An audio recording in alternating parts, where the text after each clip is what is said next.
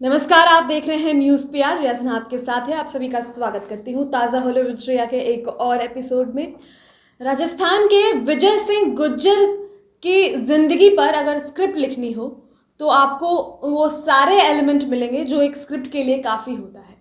लेकिन इस स्क्रिप्ट की खासियत यह है कि यह कहानी न होकर सच्चाई है। विजय सिंह गुज्जर राजस्थान के एक छोटे से गांव के रहने वाले हैं। उन्होंने अपनी ज़िंदगी में ऐसे टाइम पर ऐसा मुकाम हासिल किया जो हम सब सोच नहीं सकते। हम सब उस टाइम पर गिव अप कर देंगे और सेटिस्फाई हो जाएंगे वो चीज़ें मिलने से जिसकी हम कभी कल्पना भी नहीं कर सकते थे। लेकिन यह डिफरेंस इनमें आया, ये कभी सेटिस्फाई नहीं हुए, आगे बढ़ते गए। बताएं आपको कि कांस्टेबल से इनकी जर्नी शुरू होती है।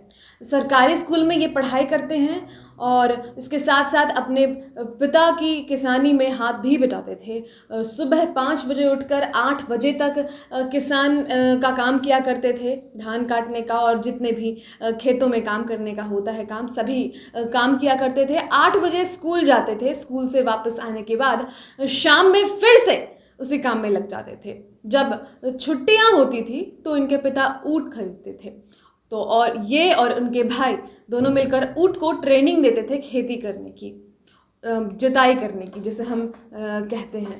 और उसके बाद उस ऊँट को वो ज़्यादा दाम में बेचते थे क्योंकि उनकी फैमिली को ज़रूरत थी पैसों की। संस्कृत से इन्होंने ग्रेजुएशन किया, सरकारी स्कूल से इन्होंने पढ़ाई लिखाई की और इन्हें अक्सर अपने ऊपर काफ़ी शक था कि ये अप टू द मार्क नहीं है। फिर दिल्ली से किसी ने इन्हें बताया कि दिल्ली पुलिस में बहाली आई है कांस्टेबल की। इन्होंने फॉर्म भरा, पढ़ाई की, खुद से सेल्फ स्टडी। इन्होंने कभी भी किसी भी इंस्टीट्यूशन का सहारा नहीं लिया। इनके पास कोई गाइडेंस नहीं था, कोई नॉलेज नहीं था इन्हें किसी भी चीज़ का, लेकिन इन्होंने खुद से पढ़ाई की, कांस्टेबल की नौकरी पास की, कांस्टेबल की नौकरी करने लगे। कांस्टेबल से एसपी बने।